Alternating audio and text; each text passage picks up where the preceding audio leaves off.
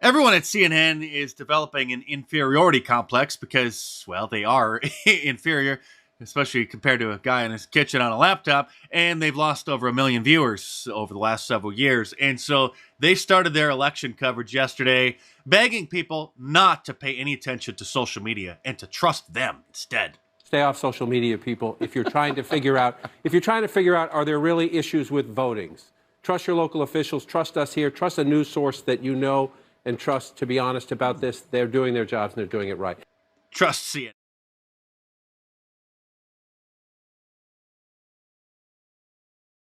As a regular viewer of Mark's, I have to say that his videos are getting better and better, seemingly because he is daring to speak up more and more about the way he thinks. He recently even made a great video about feminists, which I will link in the description of this video. However, one point that he seemingly hasn't addressed is the issue of analyzing voting behavior according to sex, an issue that hasn't got enough attention at all. If you want to change the outcome of an election, you must know first how the voters are voting, and which voters are voting for radical leftists, and which voters are voting for nationalists.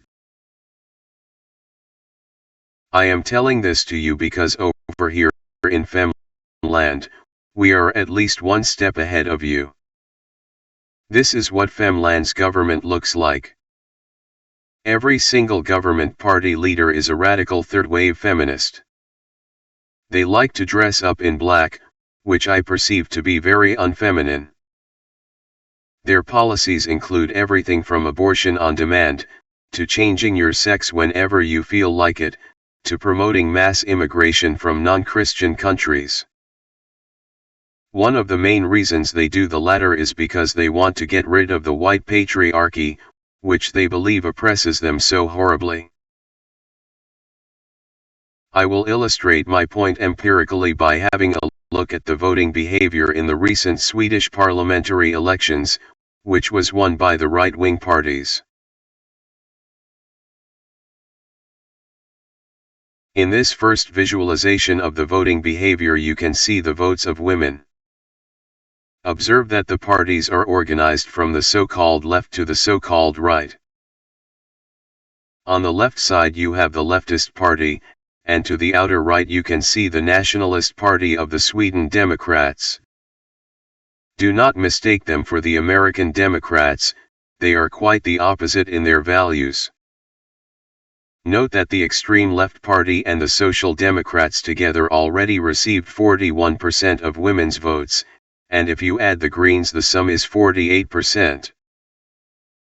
Also, note that only 16% of women voted for the nationalist Sweden Democrats, and together with the moderate party the sum is 31%.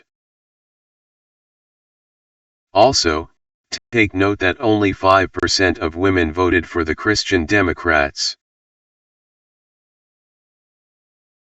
Now, let's compare this to the voting behavior of men. The leftist party and the Social Democrats together get only 31% of men's votes, which is 10% less than the voting result from women's votes.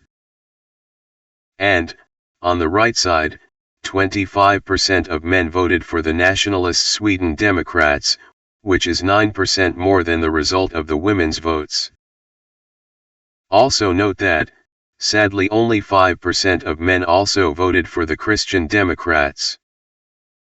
In the picture as a whole, you can see that men will prefer a right-wing government, and women prefer a left-wing government. I will alternate between these two graphs to make it easier for the viewer to perceive the difference.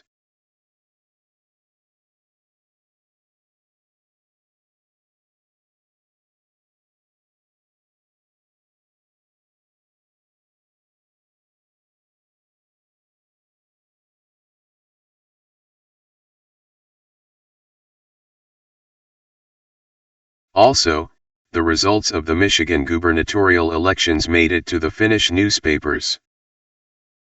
Michigan Governor Gretchen Whitmer is seen as a presidential candidate for 2024.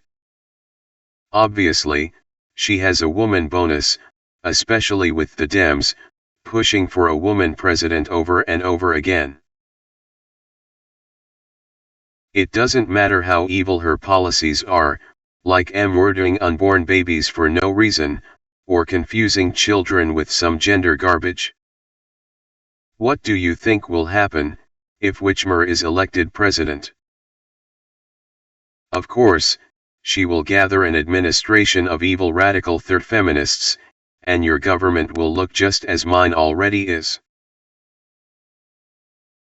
However, I do see some hope, as there is strong male leadership visible, so I will end with a little of the video of the speech of Governor DeSantis. There is still time to try to avoid a next evil feminist government in the United States of America, so don't let it go to waste. Try to change the voting behavior of those you know have been tricked into voting for evil third-wave feminist women, before it's too late. We have embraced freedom. We have maintained law and order. We have protected the rights of parents. We have respected our taxpayers, and we reject woke ideology. And we mock it too.